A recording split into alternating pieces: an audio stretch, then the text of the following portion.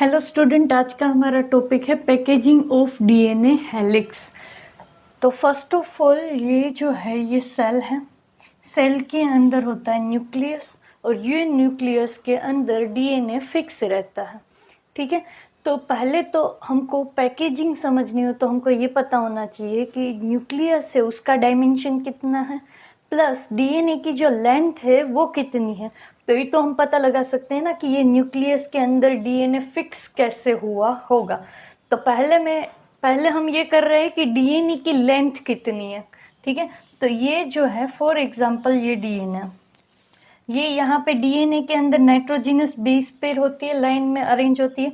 तो for example A T C G G C T ऐसे nitrogenous base pair DNA के अंदर है। अब दो नाइट्रोजिनस बेस पेयर जो होती है वो दो नाइट्रोजिनस बेस पेयर के बीच का जो डिस्टेंस रहता है वो 0.34 नैनोमीटर रहता है। तो जो डिस्टेंस है नाइट्रोजिनस बेस पेयर के बीच का वो 0.34 नैनोमीटर है। अगर उसको मीटर में कन्वर्ट करें तो 0.34 इंटू 10⁻⁻⁹ मीटर होता है। अब ऐसी नाइट्रोजिनस बेस मैमल्स के अंदर कितनी होती है? मैमल्स के डीएनए के अंदर ऐसी 1 2 3 4 5 ऐसी कितनी नाइट्रोजिनस बेस पेयर है? तो मैमल्स के अंदर 6.6 इंटू 10⁻⁹ बेस पेयर प्रेजेंट होती है। अगर हमको डीएनए की लेंथ पता लगानी है तो ये डिस्टेंस मल्टीप्लाई बाय कितनी नाइट्रोजिनस बेस पेयर है वो कर देंगे तो हमको डीएनए की लेंथ पता लग जाएगी। तो ये 0.34 इंटू 10⁻⁹ मीटर, ठीक है, और ये 6.6 इंटू 10⁻⁹ मीटर। तो इन दोनों का मल्टीप्लिकेशन कर देंगे तो हमको डीएनए की लेंथ कितनी है वो पता लग जाएगा। तो अप्रोक्स इसका आंसर आएगा 2.2 मीटर। ओके, और ये जो न्यूक्लियस है उसका जो डायमेंशन है वो 10⁻⁻⁶ जितना रहता है। तो जो न्यूक्लियस है वो तो बहुत छोटा है, उसके अंदर ये 2.2 मीटर जितना लंबा डीएनए प्रेजेंट है। तो यही क्वेश्चन है कि इतने छोटे से न्यूक्लियस के अंदर इतना लेंथ वाला डीएनए अरेंज कैसे हुआ, वही हम पैकेजिंग में समझने वाले हैं। नेक्स्ट, यूकेरियोट्स के अंदर मतलब जिसके अंदर सेल के अंदर न्यूक्लियस प्रेजेंट है, सेल ऑर्गेनल प्रेजेंट है, उनको क्या बोलते हैं? यूकेरियोट्स। तो यूकेरियोट्स के न्यूक्लियस के अंदर डीएनए कैसे अरेंज होता है? तो फर्स्ट ऑफ ऑल डीएनए जो है उसका चार्ज क्या होता है? नेगेटिव चार्ज होता है। तो डीएनए के ऊपर जो चार्ज है वो नेगेटिव चार्ज है और वो एक प्रोटीन प्रेजेंट होता है जिसका नाम है हिस्टोन। ये हिस्टोन प्रोटीन्स प्रेजेंट होते हैं न्यूक्लियस के अंदर, यहाँ पे हिस्टोन प्रोटीन प्रेजेंट होता है। और जो ये हिस्टोन प्रोटीन होता है उसका जो चार्ज होता है वो कैसा होता है? पॉजिटिव होता है। ये हिस्टोन प्रोटीन जो है उसका चार्ज पॉजिटिव कैसे है? क्योंकि हिस्टोन जो है उसके अंदर लाइसिन और आर्जिनाइन नाम के दो अमाइनो एसिड्स होते हैं। मतलब लाइसिन और आर्जिनिन बहुत ज़्यादा अमाउंट में प्रेजेंट होते हैं हिस्टोन में, और ये जो है वो दोनों बेसिक अमाइनो एसिड है और पॉजिटिवली चार्ज अमाइनो एसिड है। ठीक है, तो उसकी वजह से हिस्टोन के ऊपर ओवरऑल चार्ज कैसा है? पॉजिटिव है, जबकि डीएनए के ऊपर ओवरऑल चार्ज कैसा है? नेगेटिव है। तो डीएनए है वो उसके साथ नेगेटिव चार्ज पॉजिटिव के साथ अट्रैक्ट करेगा और पूरा ऐसे कोइल कर देगा हिस्टोन के आसपास और पूरा ऐसे रैप होके पूरा ऐसा कॉम्पैक्ट स्ट्रक्चर बना देगा। तो यहाँ पे इसको न्यूक्लियोसोम बोलते हैं। मतलब ये है हिस्टोन, ये हिस्टोन के आसपास यहाँ पे डीएनए से रैप कर देता है, पूरा कॉम्पैक्ट स्ट्रक्चर बनता है और इसको हम न्यूक्लियोसोम बोलते हैं। ऐसे बहुत सारे न्यूक्लियोसोम्स यहाँ पे प्रेजेंट होते हैं। ओके, नेक्स्ट, अभी तक हमने क्या देखा कि ये सेल है, सेल के अंदर न्यूक्लियस है और न्यूक्लियस के अंदर डीएनए है वो हिस्टोन प्रोटीन के साथ पैक्ड है। तो इतना बड़ा डीएनए कैसे इतनी छोटी जगह में फिक्स हो गया? तो उसका रीज़न हमने देखा कि डीएनए जो है वो नेगेटिवली चार्ज है, यहाँ पे हिस्टोन नाम के प्रोटीन्स प्रेजेंट है और ये हिस्टोन प्रोटीन सारे के सारे प्लस चार्ज वाले, पॉजिटिवली चार्ज है, इसीलिए डीएनए उससे अट्रैक्ट होता है और उसके आसपास ऐसे रैप होता है। ठीक है, तो ऐसे ये जो स्ट्रक्चर बनता है उसको न्यूक्लियो न्यूक्लियोसोम बोलते हैं। तो पहले तो हिस्टोन का स्ट्रक्चर कैसा है, तो हिस्टोन जो है वो 5 सब यूनिट से बना हुआ है।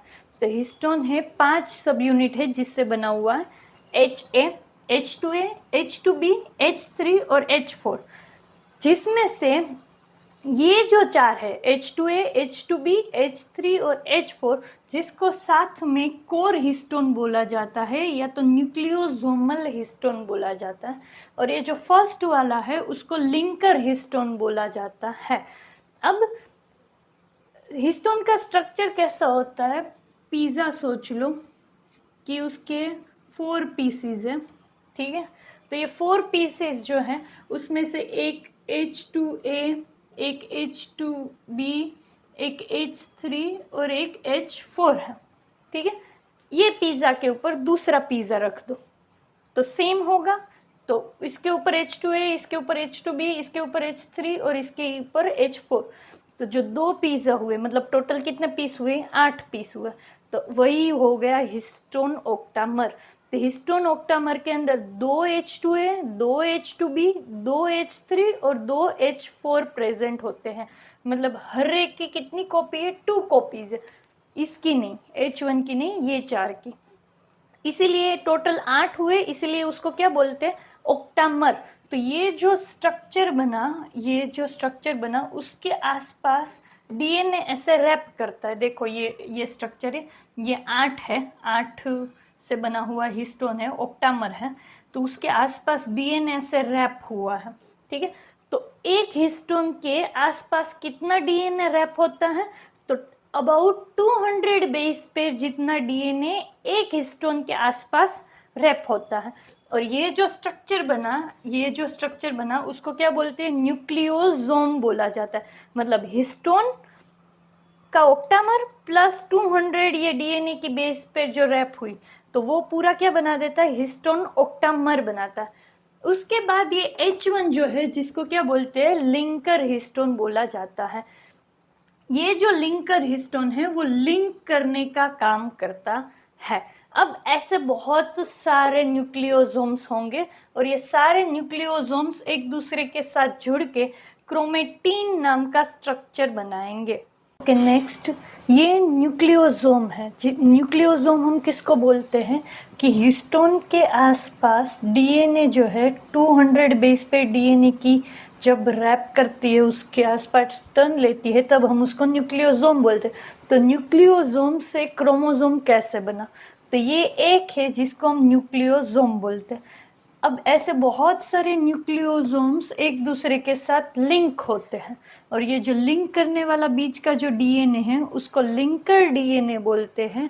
और ये जो है वो H1 है, हिस्टोन, लिंकर हिस्टोन भी प्रेजेंट होगा बीच में। तो ऐसे बहुत सारे न्यूक्लियोसोम्स एक दूसरे के साथ अटैच होते हैं, ऐसे लाइन में रहते हैं, तब उसको क्रोमेटीन बोलते हैं। और जब ये बहुत ही कंडेंस, बहुत ही नज़दीक बहुत ही कॉम्पैक्ट स्ट्रक्चर बन जाता है, ऐसे बहुत सारे लाइन में बाइंड करके, तब उसको क्या बोला जाता है, क्रोमोसोम बोला जाता है। ये इससे भी कंडेंस है, बट मैंने एक्सप्लेनेशन के लिए ये इतना बनाया है, ठीक है। ये जो है इसको बीट्स एंड थ्रेड स्ट्रक्चर भी बोलते हैं। ये ऑक्टामर और उसके आसपास डीएनए, ये बीट्स हुआ, फिर ये थ्रेड आया, फिर बीट्स आया, फिर ये थ्रेड आया, इसलिए इस स्ट्रक्चर को बीट्स एंड थ्रेड स्ट्रक्चर भी कहा जाता है। Okay, next chromatin. क्रोमेटिन जो है उसके 2 टाइप्स है, यूक्रोमेटिन एंड हेटेरोक्रोमेटिन। अब हमने देखा कि जो हिस्टोन ऑक्टामर है उसके आसपास डीएनए ऐसे कोइल्ड फॉर्म में अरेंज रहता है, ठीक है।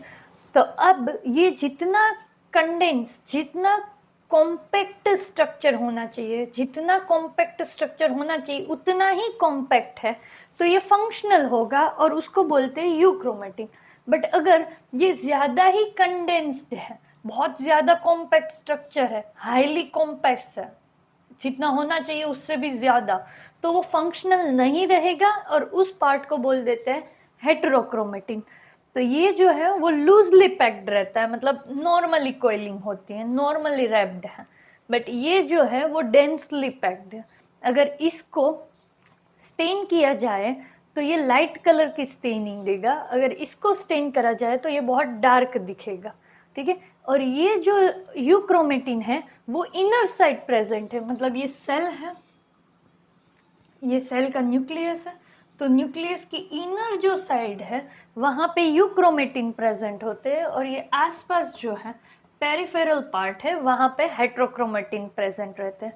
नॉर्मली टोटल जीनोम में से 2 to 3% पार्ट जो है जीनोम का वो यूक्रोमेटिन होता है, और 97 to 98 पार्ट है जीनोम का वो हेट्रोक्रोमेटिन की तरह बिहेव करता है।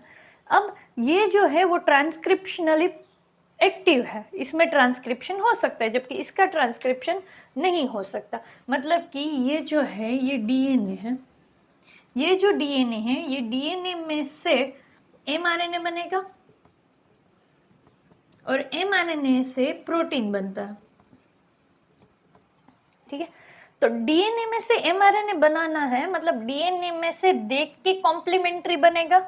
तो अगर ये बहुत ही ज्यादा कॉम्पैक्ट स्ट्रक्चर है तो पॉसिबल नहीं है उसमें से पढ़ के एमआरएनए बनाना, तो ऑब्वियसली इसमें से ट्रांसक्रिप्शन नहीं कर सकते, तो इसमें से एमआरएनए बन के कोई प्रोटीन बनने का कोई चांस नहीं है इतना। जबकि यहाँ पे क्या है, ट्रांसक्रिप्शन पॉसिबल है। अब ये जो है यूक्रोमेटिन वो प्रोकैरियोट्स और यूकैरियोट्स दोनों में ही प्रेजेंट रहता है, जबकि हेट्रोक्रोमेटिन सिर्फ और सिर्फ यूकैरियोट्स में प्रेजेंट होते हैं। नेक्स्ट हमने हिस्टोन प्रोटीन पढ़ा जिसके आसपास डीएनए ऐसे कोइल था। अब हिस्टोन के अलावा न्यूक्लियस के अंदर दूसरे प्रोटीन्स भी होते हैं जो उसको हेल्प करते हैं अच्छी पैकेजिंग के लिए, और जो हिस्टोन के अलावा के दूसरे जो प्रोटीन्स प्रेजेंट हैं उनको नॉन हिस्टोन क्रोमोसोमल प्रोटीन्स कहा जाता है। अभी तक हमने जितनी भी बात करी वो सारी की सारी यूकैरियोट्स की थी। अब है प्रोकैरियोट्स। तो प्रोकैरियोट्स होते हैं उसके अंदर तो वेल डिफाइंड न्यूक्लियस तो होता नहीं है, मतलब न्यूक्लियस डिफाइंड न्यूक्लियस नहीं है उनके अंदर, फिर भी उसका डीएनए पूरे सेल के अंदर ऐसा फैला हुआ नहीं होता है। सेम सिचुएशन है उसके अंदर भी कि उसका डीएनए नेगेटिवली चार्ज है प्रोकैरियोट्स का, और उसके अंदर भी प्रोटीन्स प्रेजेंट होते हैं जो कि पॉजिटिवली चार्ज होते हैं, और ये डीएनए उस पॉजिटिवली चार्ज प्रोटीन के आसपास रैप्ड करता है, ठीक है। बट यहाँ पे एक चीज ये इम्पोर्टेंट है कि फॉर एग्जांपल ये प्रोटीन इधर प्रेजेंट है, पॉजिटिव चार्ज्ड प्रोटीन, ये हिस्टोन नहीं होता, दूसरे प्रोटीन होते हैं हिस्टोन जैसे, डीएनए उसके आसपास ऐसे है, तो जो एरिया जहाँ पे पॉजिटिव चार्ज प्रोटीन के साथ नेगेटिवली चार्ज डीएनए ऐसे अरेंज है और पूरी ऐसी पैकेजिंग बनाई है, ये एरिया, ये रीजन उसको बोला जाता है न्यूक्लियोइड,